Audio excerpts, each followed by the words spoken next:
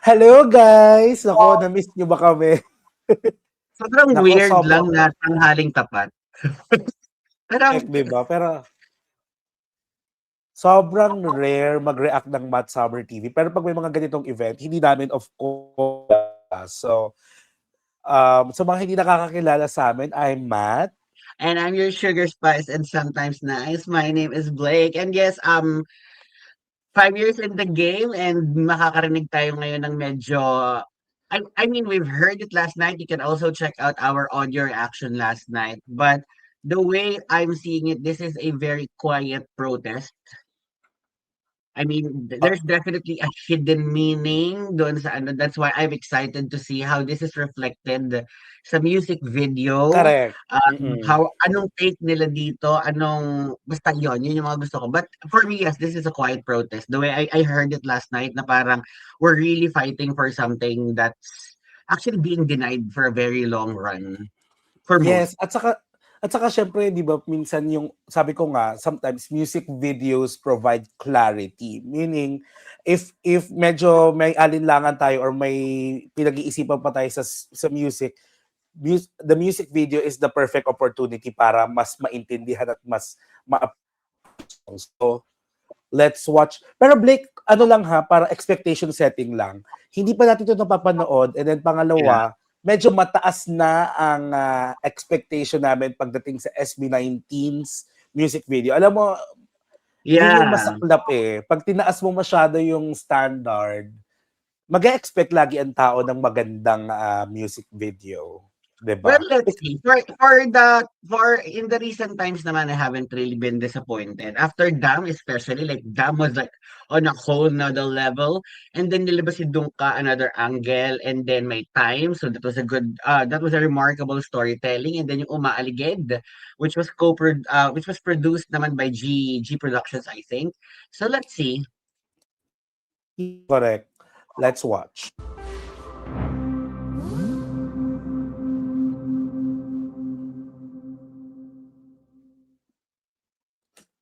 Wait, this music video is a fictional work created for artistic and entertainment purpose only.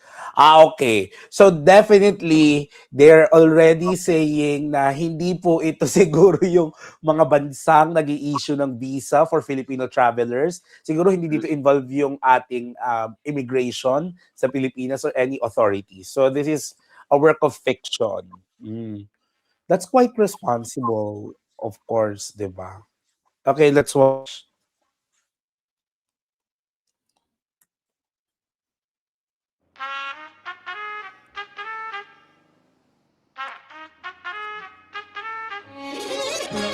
Si Ninong Rai.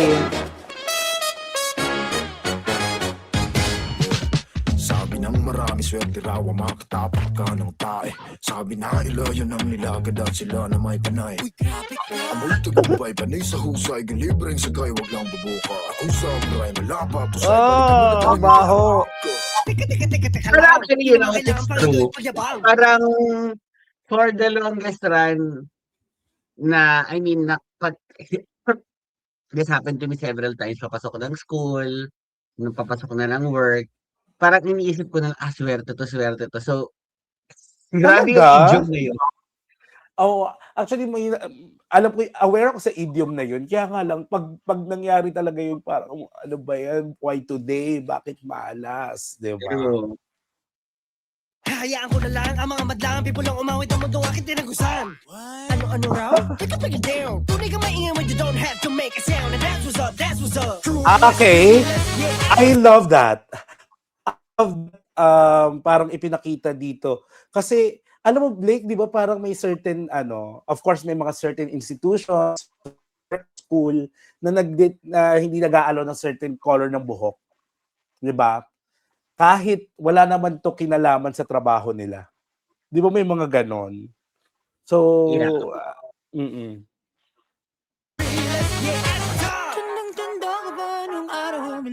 Wow, visa passers.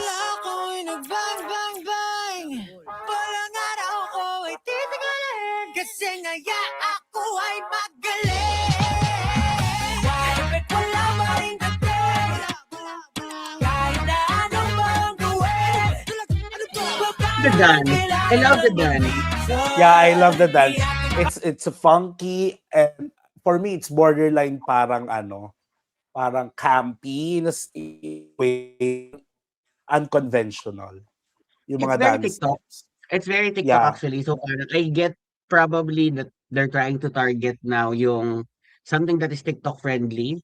And I hope they can market this really well na magamit talaga ng mga like I can't wait for Nia. I can't wait to see Nia na dance this kasi Mm. kapag nakita ko sinasayaw ni Nia parang okay, they made it. Parang, parang may mga ganun Yes, akong yes. parang may Hindi, ganun parang akong sure. extent of si Nia. I mean, that's like Nia na. So, yeah, I just love the dance. Yeah, I agree that it's very funky. Tapos, parang there's an aspect to it that it actually matches yung percussions sa tunog na sa ano na to. Yung underlying True. percussion music.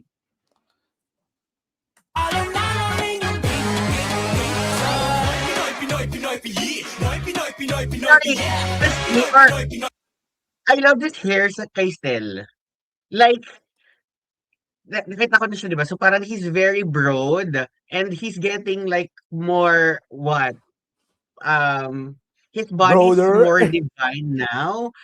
So Yes. parang I love how his hair ties up everything sa katawan niya ngayon na Correct. I mean from the Jesus Jesus hair. I mean yeah, it's giving masculine but this like oh my God. Hindi ako usually fan ng mga semi-kalbo or ano bang tawag dito, but God, sobrang, Ah, charot lang. actually, parang ano nilabas yung concept photo o yung teaser for Visa. 'Di ba parang napag-usapan natin na parang doon ko lang napansin na sobrang beautiful pala ng ears ni Stel, na parang ang sarap ikot, yung ang sarap ganunin.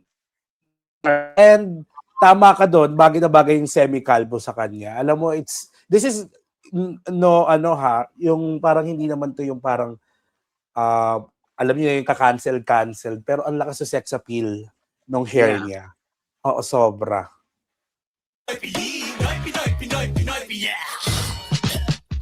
Ang hirap talagang lumipad kahit na may patunay na kaya mo na kailangan pa ng visa. Dapat mo nakita, bitbit ko ng mga breaks. Arat na dito mga fans. Magaling na busog lahat sa aking sina. I think this will resonate to all.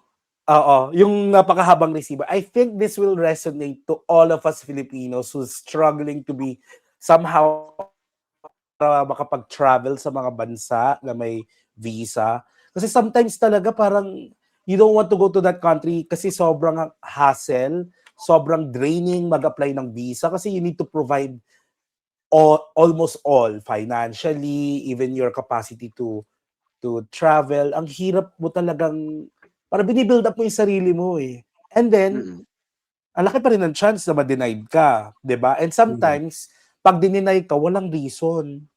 Minsan na lang nagbibigay yung ibang mga bansa ng reason, pero yung iba talaga hindi mo na maipaliwanag ba't yun yung naging reason eh, 'di ba? Actually, isa to sa mga pinaka-struggle namin before having worked for the customer service of the US Embassy.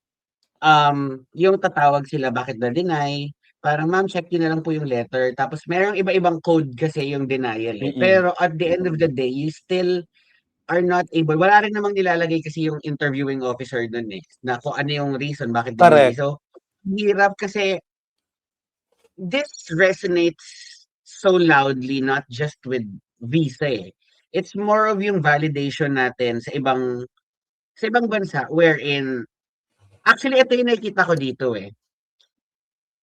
Yung nire-restrict ka pa minsan ng kapwa mo Pinoy sa talento mo when Mm. when you just really want to represent your country and you have the talent, you have everything. Pero it's Dahil a Pinoy yeah, ka, it's really the talangka mindset na naghihilaan pababa. So, if they see that you're doing good, I mean, this is not oh my God, ngayon ko lang na-realize this is such a masterclass in writing kasi it highly represents yung kumbaga hindi galit eh. So, it's a quiet protest in a sense na kumbaga nare-reflect nila through a very fun music yung mas malaking mensahe na gustong iparating nung kanta. And so, this is Rad Kids. parang Chef's kiss. Or at the end of the day, this goes down sa colonial mentality eh. Na parang sobrang dami pa nilang dapat patunayan sa atin para lang magkabisa. Or para lang, kumbaga, magkameron ng dating. 'Di ba? And alam mo kasi, Blake, when it comes to application for visa, hindi ito nagsisimula ng pag-gather mo lang ng requirements. It takes time, it takes a discipline to build that credibility. And alam natin na gano'n ng SB19 eh. 'Di ba? Hindi naman to overnight success eh, na porke talentado sila eh, general public. Dumaan talaga sila sa butas ng karayom to be able to build that portfolio, that requirements para talaga makuha yung visa. 'Di ba? Ang gwapo ni Ja dito, parang sorry pero Actually. lalapit siya sa mga idol ng Korea. I'm very sorry. I-deny mo pa ba yan? I-deny mo ba ng visa yan kung ikaw yung immigration, kung ikaw yung interviewing officer? Ay, te, approved. What, 30 years abroad, approved. Charis! Kaya ako hindi. Oh. I-sign ko muna yan. Siyempre kailangan mas Ay. matagal. Lalabas sa bansa yan eh. So hindi ko na masisilayan yan dito. Kailangan chichikain ko in 30 minutes, pakakabahin ko. Tapos biglang tatanungin mo, gusto mo ba talaga ng visa? Charot lang. Oo. Ay, hindi. Ganito na lang. Ay, nako ha, kayo ha. Pag si Ja kasi parang, nalimutan ko sa bahay yung stamp. Charis! Nalimutan ko sa bahay yung stamp. Pwede mo ba ako samahan? Doon ko lang tatatakan yung ano mo. Charis! Ng pating ng kanin. Sorry, pasensya ka na. Alam kong napagod ka sa pagbayahang balusin kita. Hoy, alam mo, it doesn't make sense sometimes yung application ng visa ha. Meron akong friend who has 6 to 7 digit savings account, denied. Pero meron akong friend na sobrang konti lang ng pera, saktong-sakto lang pang travel, approve. So, there's this rin talaga, mystery din talaga sa visa approvals ha. Ay, ito te. Ang tanong ko sa'yo, paano ang approval ng visa ni Ken sa'yo? Alam ko kung nasan yung stamp.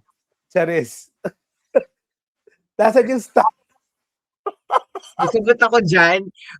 Oh. May sagot ako dyan, pero Pero offline ko na lang ika-cancel. sabihin ko. Oo. Diyos ko, alam ko, wag na natin sabihin ko nasan yung stamp.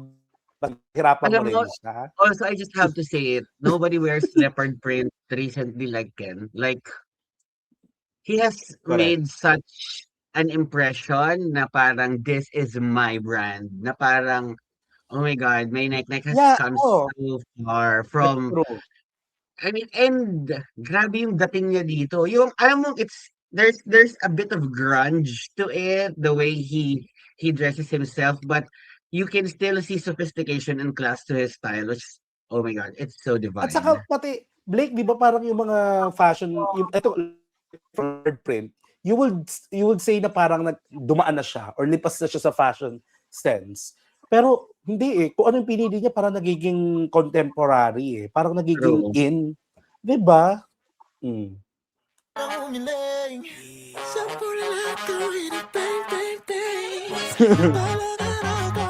Ay?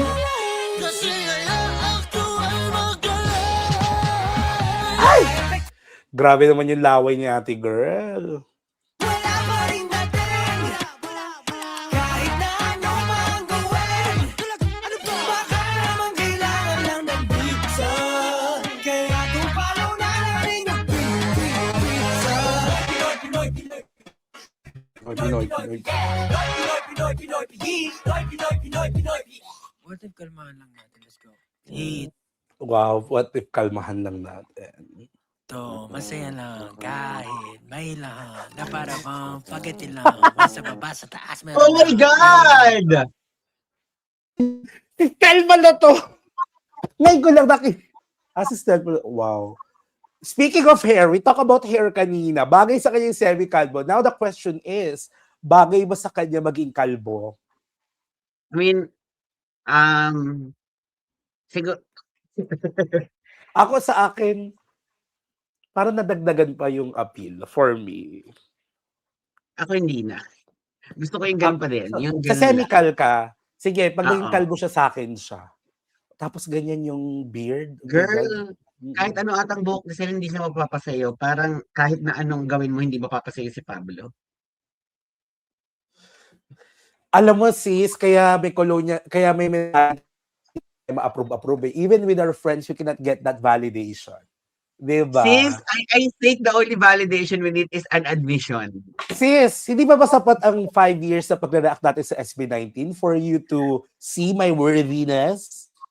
Let's Stamp of approval. Charot. Pasko, Sandali! Gusto ko yun! Spaghetti lang. May sa baba sa taas meron ng David. Oh my God, Oh. Ken was so daddy. Sorry, te, pero he falls into my category. Sorry, sis. I Category. beg to disagree. The face is still a baby face. There's just an addition of facial hair. And while facial hair is your domain, his face is still speaking young, which is not for you. This is for me. Okay? No. Sometimes love knows no boundaries, no gender, charis, no look, and no facial hair. Charis. Ito. Oh, para siyang Mando Pop ba tawag doon? Pwede rin siya sa J-pop. Oh, gwapo. Oh. Jacinto, Oro, Trigo, Bruno, Nick. Ay, ito te. Oh my It's God, giving para siyang very, matured telenovela Korean. na nag-age out pero still looks fine. Parang ito yung yung parang nag-travel back to 80s, tapos nandun na siya sa 80s, tapos ganito yung mga matured men doon. Mga ganon. Ang gwapo. David, Pasko, Jacinto, Oro, Trigo, Bruno, Nico. Bagay din kay Pablo yung ganon. David, Pasko, Jacinto, Oro, Trigo. How about this? What's your take on this one? I'll leave it to you. Ito yung eksena ng teleserye. So of course, I'm living just the daily life. Is and of MV course, to, the hindi boring- to RV ha? Ay, RV to, hindi to live ha? So, so- let's keep our fantasies sa mga ano natin. Oo, tapos yung parang goblin yung dating ko. Ako yung ako yung normal student, isa Ako goblin. yung Goblin. Siya si Grabe ka na. Oy, gwapo yung goblin sa Korea, ha? Ako Sis, nga wag yung mo- estudyante. Wag may susuot to ha. Wag may susuot yan. Yung suot ni Pablo. Mukha kang manager ng pizzeria. Italiano. Oo. Pero para siya si Gong Yoo dyan. Actually is. Bruno, Nico, Joseph. Ay, baka naman. Pablo. Well, it's not far. Like, I can see it in a few years. Allen. Na may kilala sila noon. And those lines like Olivia Rodrigo, yung kay Bruno. Bruno. So, Si Joseph. Mm-mm. si Joseph is Si Jokoy. Feeling ko lang, si Jokoy. Joseph. Yun kasi. isang singer eh. May isa pang singer na Joseph din. Tama ba? I don't know. But yeah, it's not impossible that SB19 will be known worldwide and I can't wait for that moment to happen. Oo. Mamaya yung may discussion nga ako dyan. Pero I love the inclusion of Ninong Rai and the gang. I know the name of the one in the back. It's Alvin. Kasi lagi ako nanonood ng mga recipe videos ni Ninong Rai. No? I like that.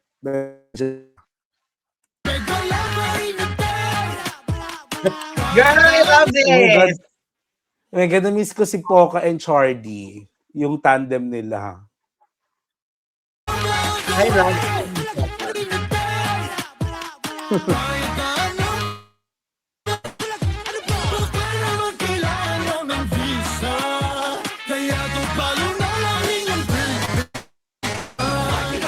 Wow! na MV. Ganda ng MV. I love this part.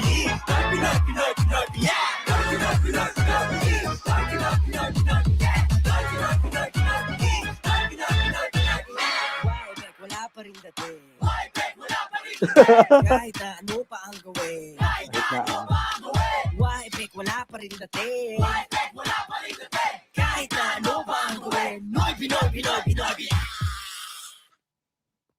Ako siguro, like I said earlier, that this is a masterclass in lyricism, writing. in writing the lyrics.